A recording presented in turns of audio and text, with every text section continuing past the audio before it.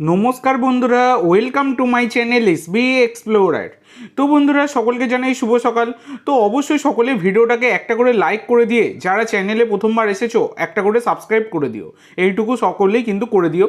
তো প্রথম যে আপডেটটা শুরু করতে চলেছি সেটা হচ্ছে আজকে কিন্তু মোহনবাগানের সাথে কেরালা ব্লাস্টারের ম্যাচ রয়েছে সুপার কাপের কোয়ার্টার ফাইনালে, যে ম্যাচটা কিন্তু বিকেল 4:30 থেকে হতে চলেছে। এবার ব্যাপার হচ্ছে এই ম্যাচের লাইভ টেলিকাস্ট নিয়ে তোমাদেরকে বলে দিই। তো টিভিতে কিন্তু আজ থেকে ম্যাচ দেখাবে সুপার কাপ।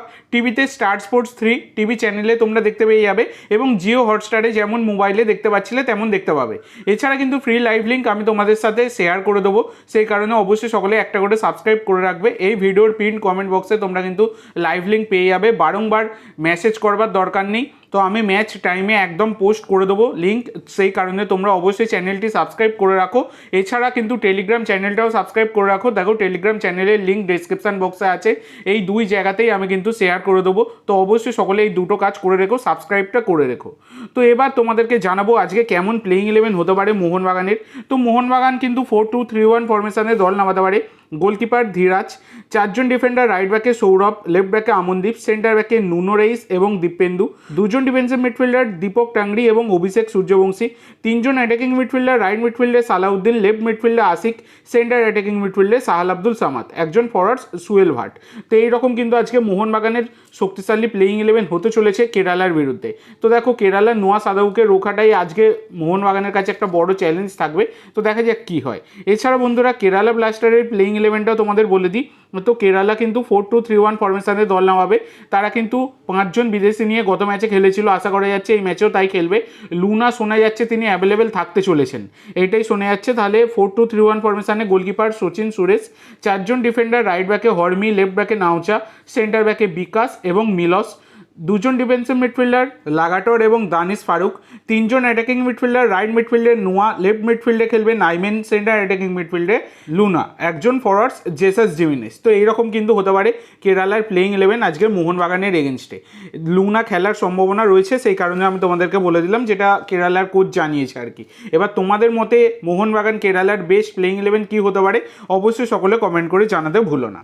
তো পরবর্তী যে আপডেটটা তোমাদেরকে দিতে চলেছি সেটা হচ্ছে এবার কিন্তু মোহনবাগানে ফিরতে চাইছেন মোহনবাগানের ঘরের ছেলে প্রবীর দাস।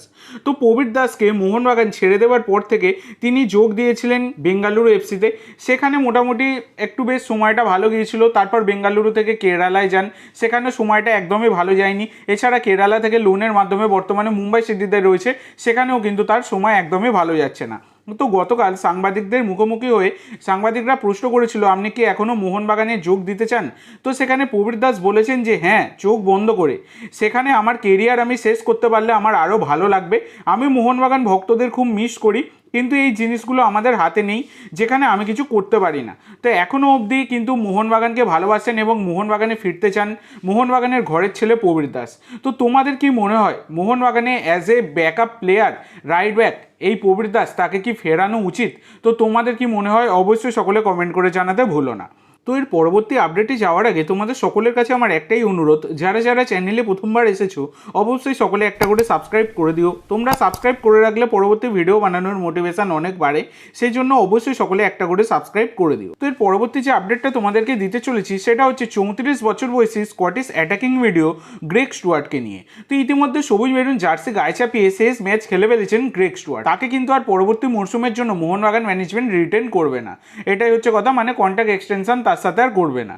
তো ব্যাপারটা হচ্ছে এই গ্রেগ স্টুয়ার্ট তাকে কিন্তু মোহনবাগান ছেড়ে দেওয়ার পর তার পরবর্তী গন্তব্য কী হতে পারে এই নিয়ে কিন্তু কিছু ইঙ্গিত পাওয়া যাচ্ছে, যেটা হচ্ছে গ্রেগ স্টুয়ার্টকে দলে নিতে চাইছে চেন্নাইন এফসি। তো চেন্নাইন এফসিতে বর্তমানে যিনি হেড কোচ রয়েছেন ওয়েন কোয়েল, তিনি কিন্তু জামশেদপুরের হেড কোচ থাকাকালীন এই গ্রেগ স্টুয়ার্টকে ভারতে এনেছিলেন, এবং ভারতের ইন্ডিয়ান সুপার লিগ আইএসএল তারা কিন্তু গ্রেগ স্টুয়ার্টের ঝলক দেখেছে, গ্রেগ স্টুয়ার্টের ম্যাজিক কিন্তু দেখেছে।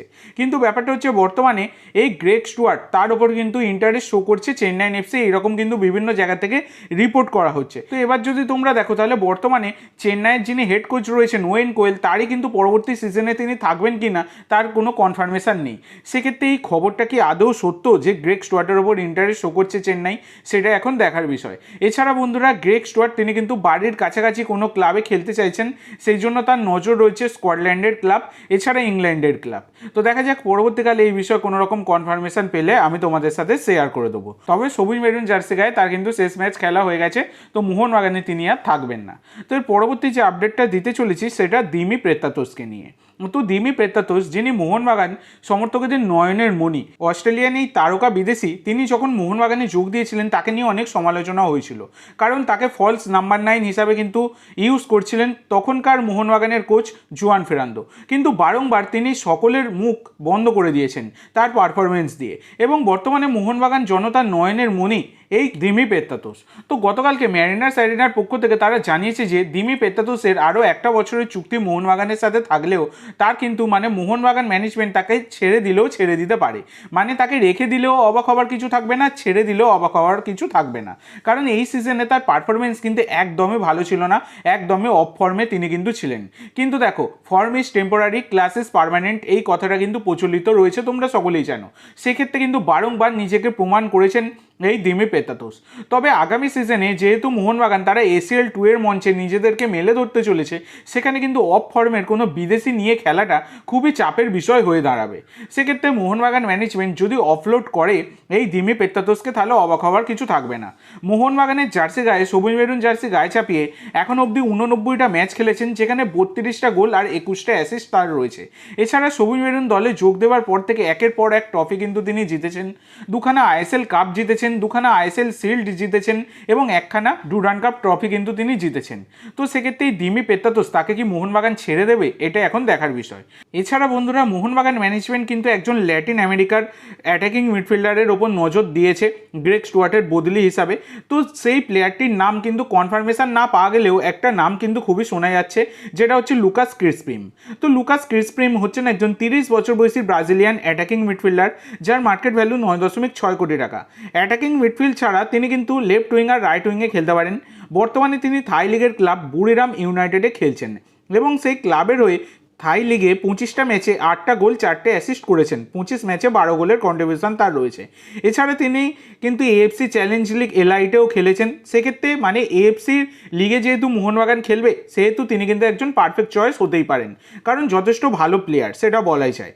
তো বর্তমানে তিনি যে ক্লাবের সাথে যুক্ত রয়েছেন, এই থাই লিগের ক্লাব বুরিরাম ইউনাইটেড, তার সাথে কিন্তু তার 30শে জুন 2025 অবধি চুক্তি রয়েছে। তো শোনা যাচ্ছে মোহনবাগান ম্যানেজমেন্ট কিন্তু এই প্লেয়ারটির ওপর ইন্টারেস্ট শো করছে, এবং এই রকম ইঙ্গিতও পাওয়া যাচ্ছে মোহনবাগান যেহেতু ল্যাটিন আমেরিকার কোনো বিদেশির ওপর নজর দিচ্ছে, তাই এই প্লেয়ারটির নামও কিন্তু বেশ ভালোভাবে জোরালোভাবে শোনা যাচ্ছে। তো দেখা যাক, এই বিষয়ে পরবর্তীকালে কোনো রকম কনফার্মেশন এলে আমি তোমাদের সাথে শেয়ার করে দেবো। তো আজকের জন্য এইটুকু বন্ধুরা। ভিডিওটি ভালো লাগলে অবশ্যই লাইক করো, শেয়ার করো। আমার চ্যানেলে প্রথমবার এসে থাকলে চ্যানেলটি সাবস্ক্রাইব করো, আর কমেন্ট করে জানাও ভিডিওটি কেমন লাগলো। ধন্যবাদ।